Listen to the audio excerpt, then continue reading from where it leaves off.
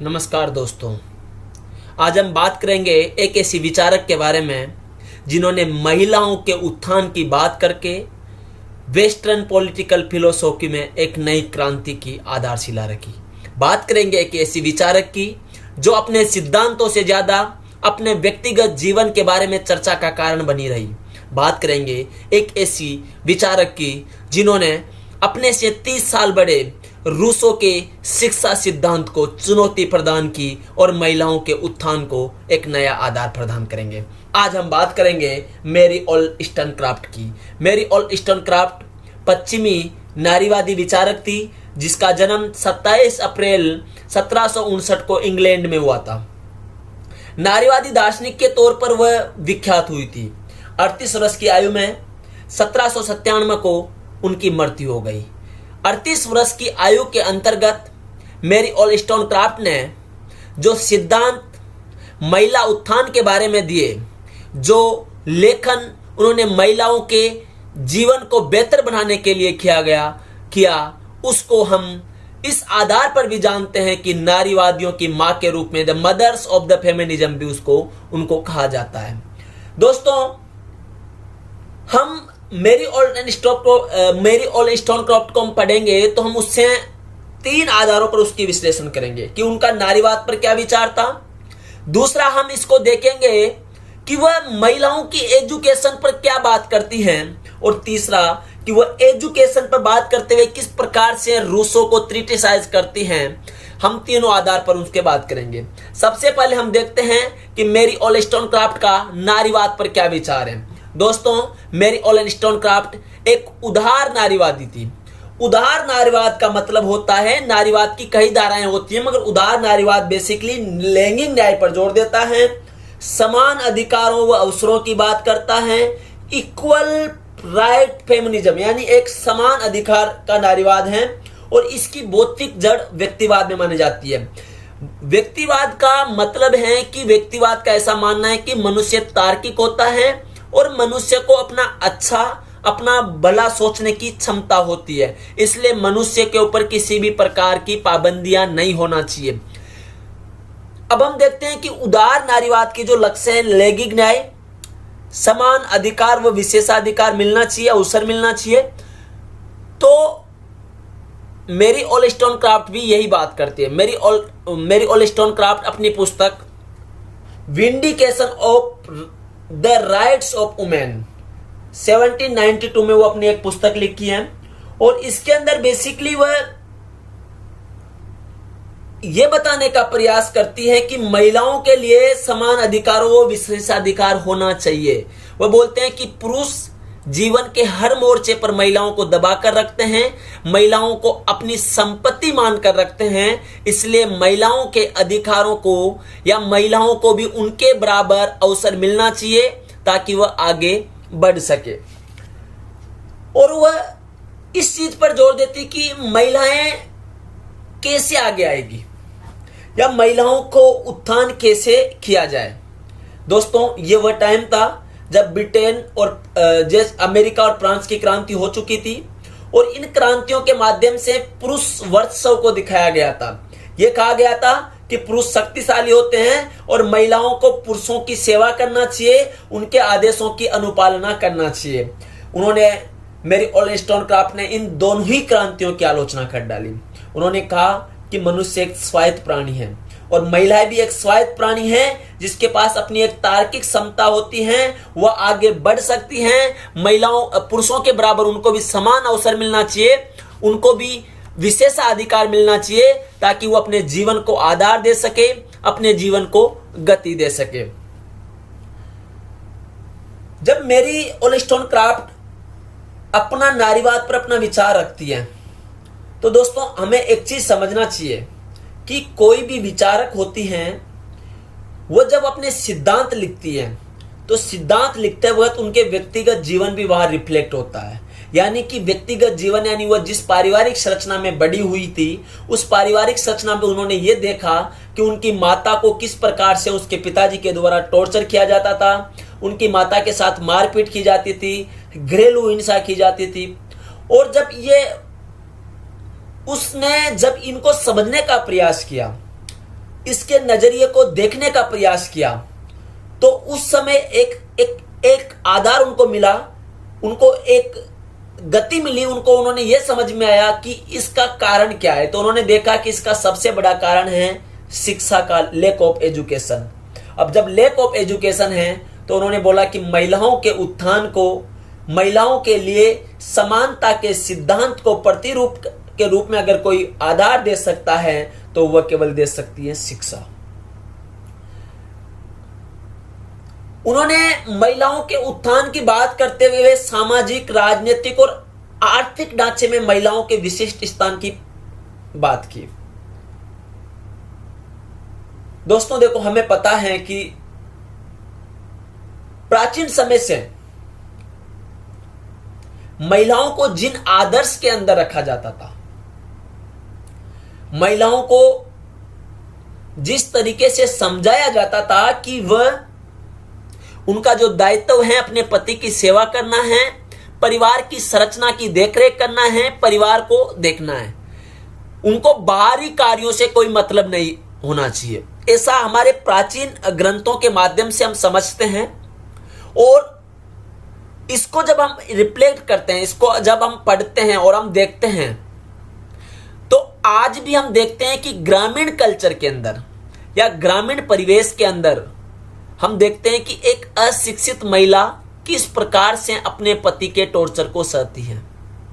हम गांव में देखते हैं तो जब उनको शिक्षा नहीं है तो उनको अपने अधिकारों के बारे में भी पता नहीं होता है, और जब अधिकारों के बारे में भी पता नहीं होता है तो वह आवाज तक नहीं उठा पाती हैं और अपने पति के टॉर्चर को वह सहन करती है। पति उनके साथ मारपीट करता है, फिर भी वो वहीं रहती है, केवल इसलिए कि उसकी शादी करके भेज दिया गया और वह अब उस पति के अधिकार क्षेत्र में आती है।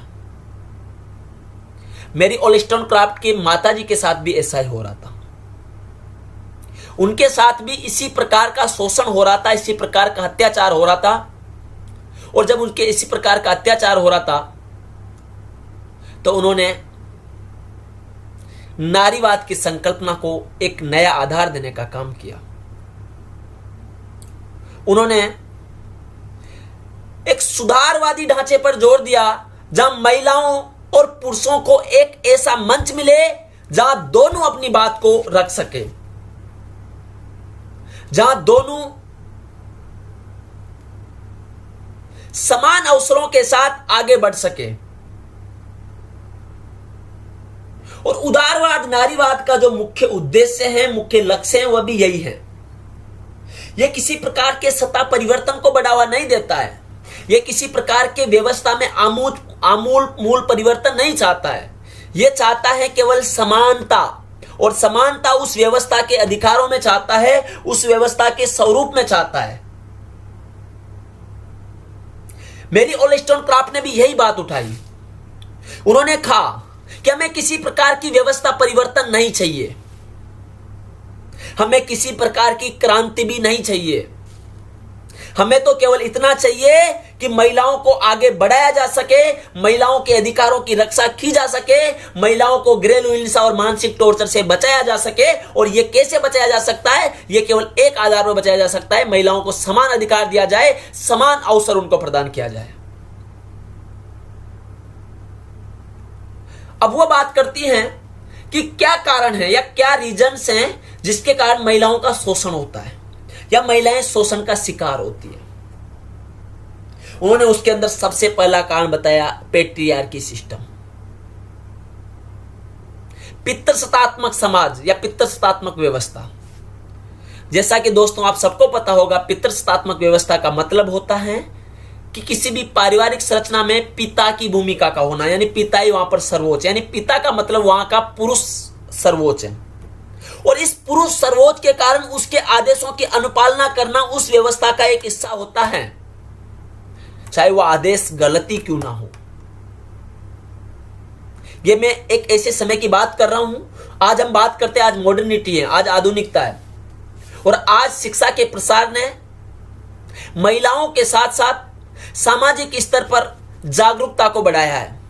और जब जागरूकता बढ़ी है तो महिलाओं को अपने अधिकारों के प्रति भी जागरूकता बढ़ी है और वह अब अपने अधिकारों की बात करने लग गई है।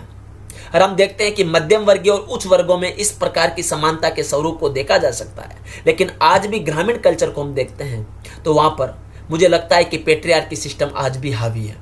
और इस चीज को हम जब अनुभव भी करेंगे, जब हम गांवों का दौरा करेंगे, गांवों की संस्कृति को समझेंगे, गांवों में रहेंगे, तो आज भी यह दुआएं दी जाती हैं कि एक महिला का धर्म होता है अपने पति की रक्षा करना, अपने पति को खुश रखना, अपने पति की सुरक्षा करना। एक महिला का धर्म होता है अपने पति की बातों को, उनकी आज्ञा को मानना। और मेरी उल्टन क्राफ्ट उन्हीं चीजों से शोषित रही है। उसने देखा कि किस प्रकार से उनकी पारिवारिक संरचना में और उनके साथ किस प्रकार से शोषण हुआ है, कैसे वो उन शोषणों का शिकार होते हुए आगे आई हैं। तो उन्होंने उनके अंदर एक पैट्रियार्की सिस्टम को सबसे बड़ा आधार माना कि पिता की जो संरचना है वह कहीं ना कहीं एक डोमिनेंस को बढ़ाती है, एक डोमिनेंस, एक ऐसा डोमिनेंस जो पिता के वर्चस्व को बढ़ाता है या पति के वर्चस्व को बढ़ाता है, जिसके आगे महिलाएं एक घूंघट के अंदर, एक घर की चार दीवारी के अंदर सीमित होकर रह जाती हैं, जिससे न वो अपने अधिकारों को एक्सप्रेस कर पाती हैं, न वो अपनी मांग को आगे बता पाती है या बढ़ा पाती है। जब हम बात करते हैं तो इसके अंदर बेसिकली ये वास्तविकता भी है, इस चीज को हम नजरअंदाज नहीं कर सकते। और वह दूसरी बात बोलती है कि महिलाओं को उनके आदर्शों की दुहाई दी जाती है। अब आदर्शों की बात क्या, आदर्श की, उनका आदर्श है पति की सेवा करना जी, उनका आदर्श है घर के चार दीवारी में सीमित रहना, उनके आदर्श हैं बच्चों का पालन पोषण करना, ये उनके आदर्श। और ये आदर्श बताकर उनको वहां पर रखा जाता है, उनको वहां पर शोषित किया जाता है। मेरी ऑल्डस्टोनक्राफ्ट वही बात कर रही है कि एक तो पैट्रियार्की सिस्टम, दूसरा उनको आदर्शों की दुआई देकर वहां रखा जाता है। और वो बात करती है कि महिला को महिला नहीं माना चाहिए, उनको व्यक्ति मानकर उसके साथ ट्रीट किया जाना चाहिए, क्योंकि सभी व्यक्ति प्रकृति से समान होते हैं। जो भेदभाव की व्यवस्था है वह भेदभाव की व्यवस्था हमारे सिस्टम की देन है, हमारी व्यवस्था की देन है। और इस देन को अगर समाप्त करना है तो हमें एक समतावादी सिस्टम, एक व्यवस्था स्थापित करना होगा। मेरी उल्टन क्राफ्ट ने लिंग, प्रजाति और धर्म के आधार पर होने वाले भेदभाव की भी आलोचना की। उनका ऐसा मानना था कि लिंग, धर्म और प्रजाति के आधार पर भेदभाव करके कहीं ना कहीं महिलाओं के सामाजिक दायरे को छोटा किया जाता है, उनको एक सीमा तक बांध दिया जाता है, और उस सीमा तक बांधकर उनके जो ऑप्शंस हैं, उनके जो अवसर है, उनको सीमित कर दिया जाता है, जिससे वह हमेशा शोषण का शिकार बनकर रह जाती है। अब जिस प्रकार से उन्होंने बात की, उन्होंने यह बताया कि किस प्रकार से महिलाओं का शोषण हो रहा है, और शोषण के लिए उसने परिवार को सबसे बड़ी चीज मानी है। और उन्होंने एक बात यह भी कही है कि महिलाओं को महिला मुक्ति परिवार के भीतर ही प्राप्त करना होगा। जब वो अपने परिवार के भीतर अपने अधिकारों की बात करने लग जाएगी, जब वो अपने परिवार के भीतर अपने अवसरों को तलाशने लग जाएगी, तो उसकी मुक्ति संभव है। और दोस्तों, ऐसे क्वेश्चंस भी बन जाते हैं कि महिलाओं को अपना उत्थान के अवसर अपने परिवार की सीमा के भीतर ही खोजना होगा। मेरी ऑल्डस्टोनक्राफ्ट के कथन का आलोचनात्मक मूल्यांकन कीजिए। अब जैसा कि मैंने बताया कि किस प्रकार का हमारा जो सिस्टम है, जिस प्रकार से पैट्रियार्की सिस्टम है, जिस प्रकार से महिलाओं को दुआएं दी जाती है उनके आदर्शों की, उनको एक परिवार की सीमा के अंदर बांध के रख दिया जाता है, उनको यह कहा जाता है कि आपके ये कार्य हैं, आपको इनको करना चाहिए। और इसलिए वह करती हैं क्योंकि उनको अपने अधिकारों के बारे में पता नहीं होता, अपने सिद्धांतों उनको यह नहीं पता होता कि उनके लिए क्या क्या अपॉर्चुनिटीज है, क्या क्या अवसर हैं। इस कारण से वो वहां बंद कर रह जाती है, और इन आदर्शों की पालना के कारण से वह अपना उत्थान या अपने लिए अवसर नहीं खोल पाती हैं, और वो वहां पर एक दास्ता का शिकार बनकर रह जाती है। मेरी ऑल्टन स्टॉप का आपने जिस प्रकार से नारीवाद पर जो अपने विचार दिए, इन विचारों ने उसको मुख्य धारा में लाने का काम किया और इंग्लैंड में नारीवादी आंदोलन को एक नई दिशा और नई गति देने का काम उन्होंने किया। और इसके बाद से जब उन्होंने इस प्रकार की बातें की, उसके बाद से एक नया मूवमेंट महिलाओं के अधिकारों के या महिलाओं के उत्थान को लेकर जो चला, वह आगे बढ़ा और नारियों के उत्थान के लिए एक आधार बन सका, एक रास्ता बन सका। जब वो नारीवादी विचार अपने दे देती है, वो नारियों की समस्याओं को बताती है, किस प्रकार की महिलाएं की समस्या है, और उस समस्याओं के कारण वो बताती है क्या कारण है, और कारण होने के साथ ही वो बताती है कि इसका सबसे बड़ा जो रीजन है, जो वो अपने एक परिवार के भीतर उनको शोषण किया जाता है, उनको दबा कर रखा जाता है, उनको अवसर नहीं दिए जाते, उनको अधिकार नहीं दिए जाते, उनका एक सबसे बड़ा रीजन है लैक ऑफ एजुकेशन।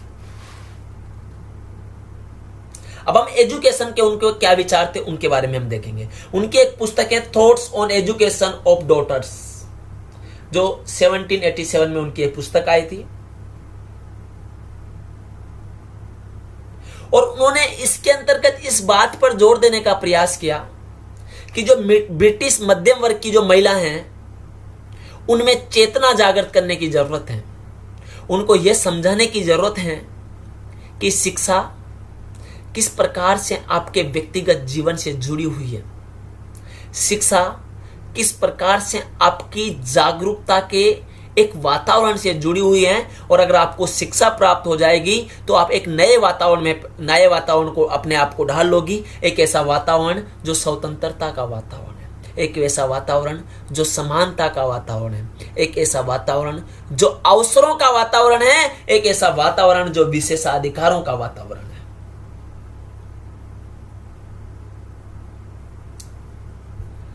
शिक्षा पर अपने विचार देते हुए वह एक मां को उत्साहित करती है। वह बोलती है कि एक मां को अपनी पुत्रियों को शिक्षा देना चाहिए, उनके अंदर तार्किक सोच उत्पन्न करना चाहिए, उनको अनुशासनात्मक ढांचे में डालना चाहिए, उनके अंदर गुणों का विकास करना चाहिए, ताकि वह अपना अस्तित्व स्वयं बना सके, ताकि वह अपनी मजबूती का कारण खुद बन सके और उनको किसी के दूसरे के ऊपर आश्रित ना होना पड़े। मेरी ओलेस्टोनक्राफ्ट ने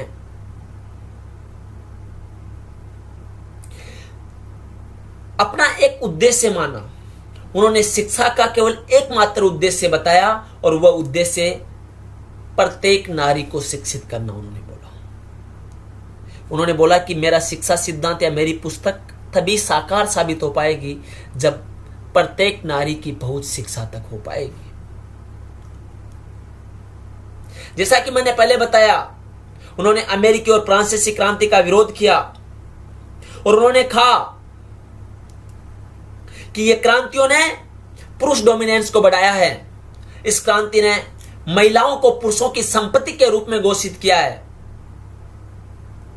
एक नारीवादी विचारक जो 38 साल केवल जीवन जीती है, और हम देखते हैं कि 30 साल 32 साल या 25 साल की उम्र में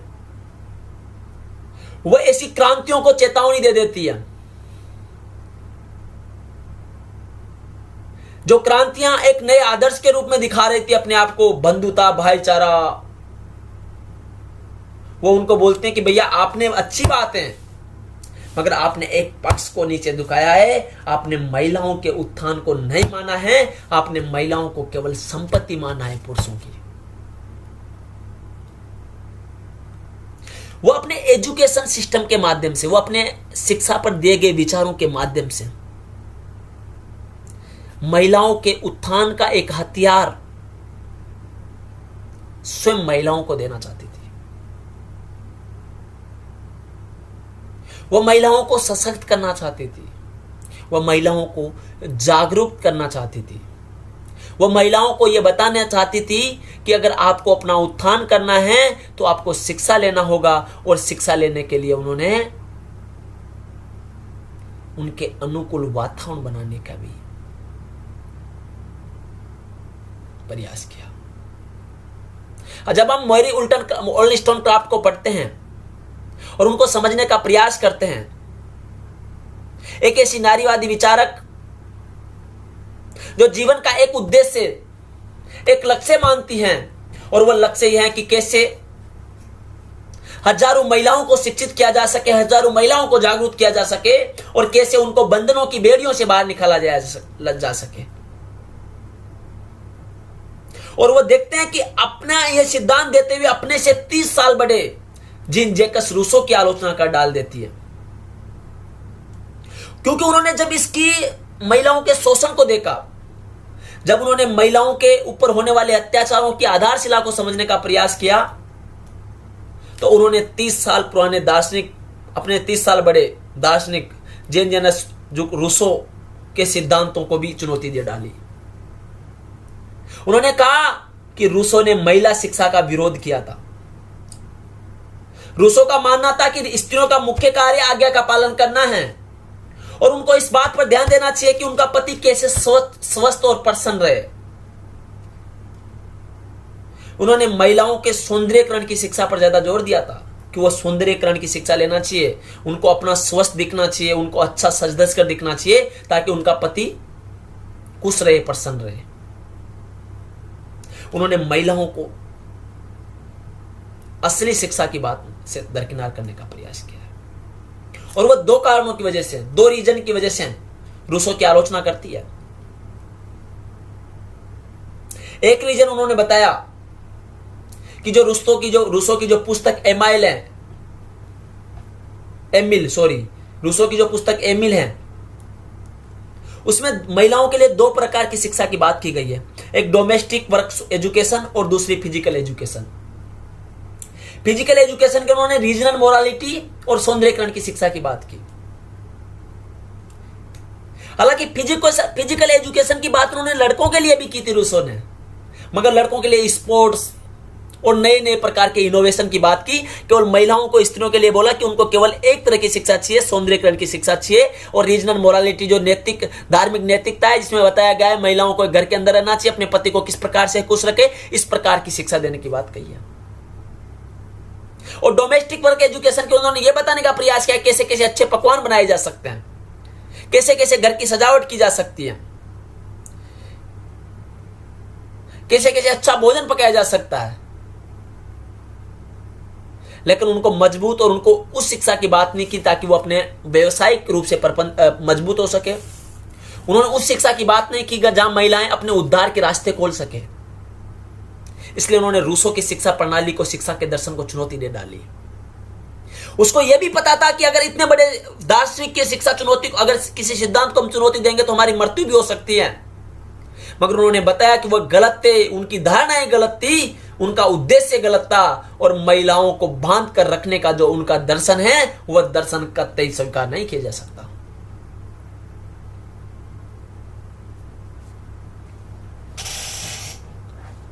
इस प्रकार से हम देखते हैं कि किस प्रकार से मैरी ओलेस्टोनक्राफ्ट ने अपने दर्शन में, अपने सिद्धांतों के माध्यम से नारी की समस्याओं को उजागर किया। उन्होंने स्त्री की समस्याओं को उजागर करते हुए उसके उत्थान का एकमात्र आधार शिक्षा को बताया।